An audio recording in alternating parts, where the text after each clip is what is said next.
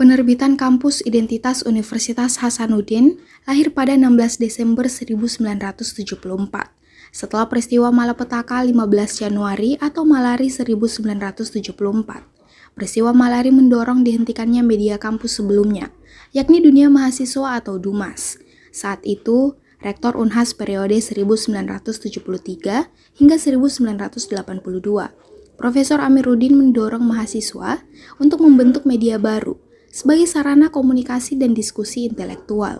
Saya kira apalagi tidak terasa sampai 50 tahun ini kita bisa sampai, dan untuk mengabadikan usia 50 tahun saya menginisiasi saya penerbitan buku ya yang sampai sekarang di dalam buku itu sudah terdapat 304 orang ya, entry nama, entry name yang bercerita, yang bisa diceritakan di dalam buku ini. Dan kami harapkan bahwa di dalam buku ini bisa dilihat bagaimana dinamika yang terjadi selama kru identitas itu beraktivitas, mulai dari hal-hal yang serius, yang setengah serius, santai, bahkan juga sampai kepada hal-hal yang romantis ya.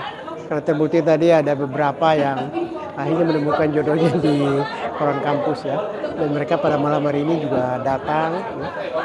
Dan seperti diumumkan tadi bahwa kita itu selalu menamakan diri keluarga kecil identitas.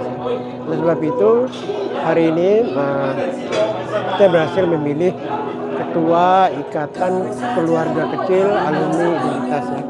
Ini KKAI Universitas Hasanuddin. Dan itu saya kira tidak ada duanya di Indonesia ya.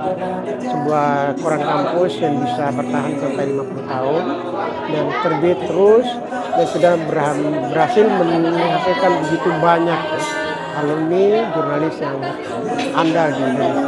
Saya kira itu. Nama identitas sendiri diberikan oleh Anwar Arifin, salah satu penggagas utama, sebagai simbol identitas intelektual mahasiswa Universitas Hasanuddin. Dengan berbagai rintangan, edisi pertama berhasil diterbitkan, lalu menyusul edisi lainnya, walau hanya 2 kali sebulan. Memasuki tahun-tahun berikutnya, PK Identitas terus berkembang.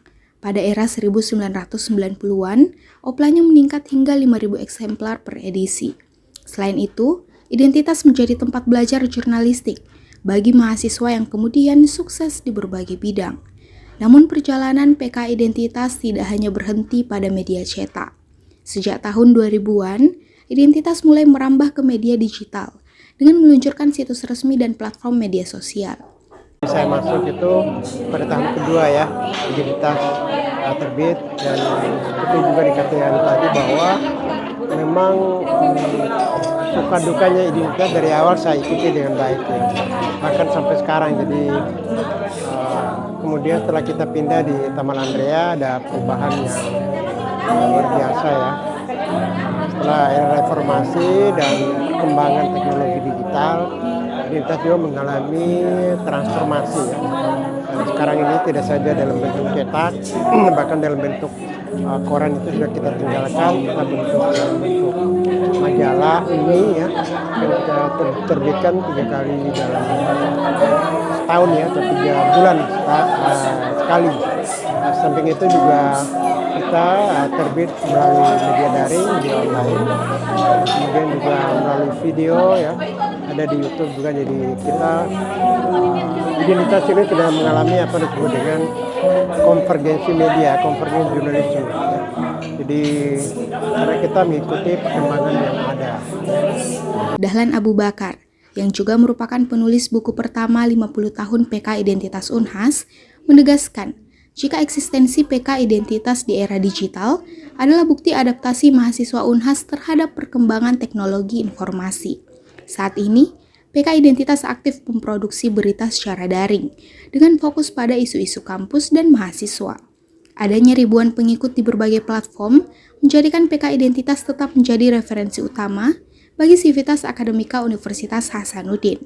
Dari media cetak hingga media digital, PK Identitas Unhas terus mencatat sejarah dan mewarnai dinamika kampus sebagai media kampus yang relevan dan adaptif terhadap zaman.